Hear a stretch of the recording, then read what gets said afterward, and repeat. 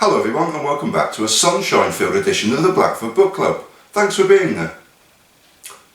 We will march peacefully this Sunday, and march again. Derry, Northern Ireland, and sporadic gunfire shatters the night sky. It's the 30th of January 1972, and just a mere 17 days before this writer's own introduction into the wide world.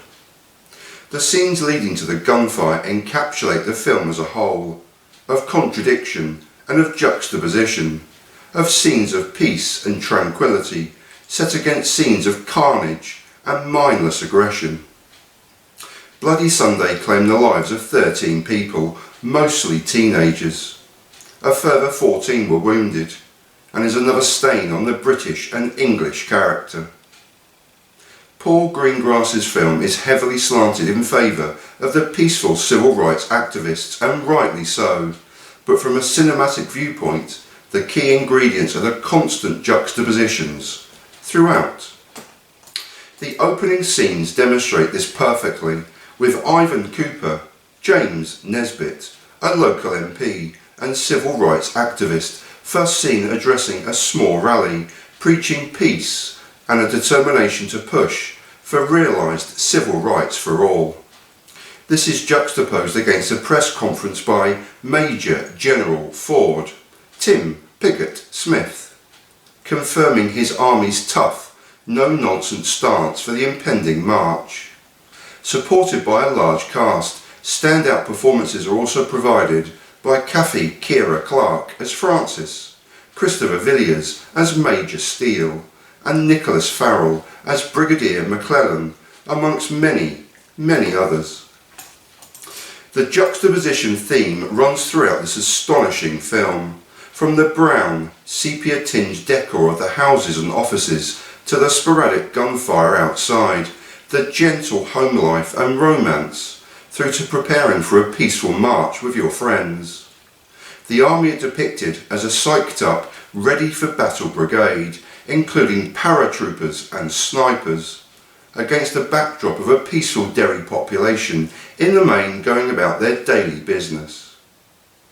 It struck me immediately when I originally watched this film 10 years ago, how the army were dressed and ready for battle, and on re-watching it is even more staggeringly depicted than when I first watched.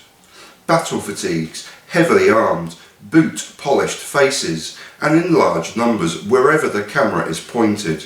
The film has three main narrative strands, all running concurrently, and to continue the theme, all are juxtaposed against each other.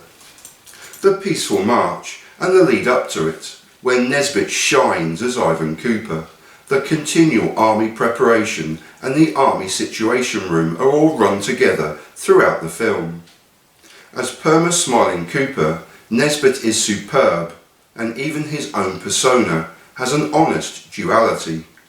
The smile masks anxiety for the march, for the safety of his friends, constituents and family.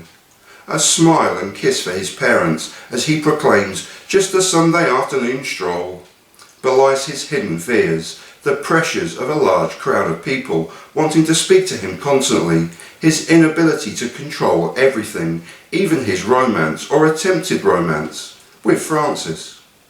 A key early scene sees their relationship at breaking point, yet even their quietest time together is fractured and constantly broken by a ringing telephone. Preparing for the march and drumming up local support as he walks the streets of his constituency, Cooper has a smile for everyone, with a joke or two thrown in, which is starkly juxtaposed against an intense military presence all around him. Contrast this with later scenes of the devastation and murder as Cooper retraces his steps on a similar walk just a few hours earlier. It's truly heartbreaking. The soldiers themselves are in the main shown as violent aggressors, pumped up and awaiting the battle. Everyone that side of the wall is an enemy, as one proclaims, and as already described, are heavily armed. Juxtapose this with the protesters throwing rocks and stones. The army retaliates with water cannon, rubber bullets, tear gas, before using live rounds of ammunition. Within the Army Situation Room, there is a clearly stated and concerted effort to be aggressive and to win the media war that will ensue. There is a very British behaviour, a might is right, references to hooligans and thugs, despite it being a peaceful march for civil rights. This is perfectly encapsulated by the exclamation, "The hooligans will be caught in a pincer movement," during a high-level briefing. The juxtapositions continue throughout the film, both openly and sometimes subtly too. Cooper, addressing the march as it progresses, preaches peace and invokes Gandhi and Martin Luther King, whilst not 200 yards away, a splinter group is attacking and being forcibly attacked by the army. During his long walk of the streets early in the film, Cooper speaks with a presumed member of the IRA, or at least an opposition member intent on violence, yet Cooper can only see peaceful, non-cooperation as opposed to violence. The violence he sees is but yards away, dressed in battle fatigues. One subtle, even lighter juxtaposition again involves Cooper as he begins his walk from home, with the cinema opposite showing a double bill of The Magnificent Seven and Sunday, Bloody Sunday. The only music contained within the film comes during the closing credits, a famous U2 live version of Sunday, Bloody Sunday, which continues as the screen fades to black for the remaining 2 minutes of actual screen time. Director Greengrass deserves great credit for providing an absolutely stunning recreation of the events of that infamous day and the lives it wrecked. Early trademarks of his later film are evident when rewatching, of his frantic cutting, here to pure blank slides, of his love for obscure and oblique camera angles, and for crucial exposition coming from talking head scenes that are well shot, using those obscure camera angles of course, and very well acted. Again on rewatching, it was evident that this was all in place, but the key in this film was the one long camera shot to aid the usual two-camera talking head shot. Here there is often only one camera left on the actors as the scene is played out, but the camera never moves, the sound is somewhat indistinct at times, and this is used throughout the three narrative strands. What is evident, and brilliantly done, is the close-in camera, right in the middle of the action, and cameras that are constantly moving, shaking, and involving you as the audience almost to participate, get involved, and be a part of the action. The camera work is a true marvel. 107 minutes of a wonderful film, which was also written by director Greengrass, inspired by the book Eyewitness, Bloody Sunday by Don Mullen. He is also hugely indebted to Ivan Strasberg, cinematography, and Claire Douglas, editing, and a certain James Nesbitt, who is just brilliant. So many dead from a peaceful march for civil liberties and freedom says it all.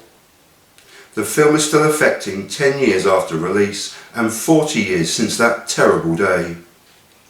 As is famously sung on a number of occasions in the film, "We shall overcome, we shall overcome, we shall overcome someday."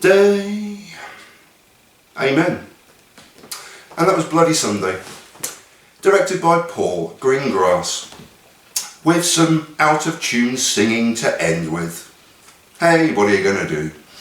It's a sunny Monday morning here on planet Earth in Middle England. Thanks for watching. Thanks for being there. It's a favourite film and one I couldn't possibly highly recommend enough to you, as is all of Paul Greengrass's films. Thanks very much for watching. Peace everyone. And solidarity. Thanks again for watching. And most important of all, please be safe out there, please be careful out there. And I hope the world is turning and spinning in your favour. And most importantly of all, peace.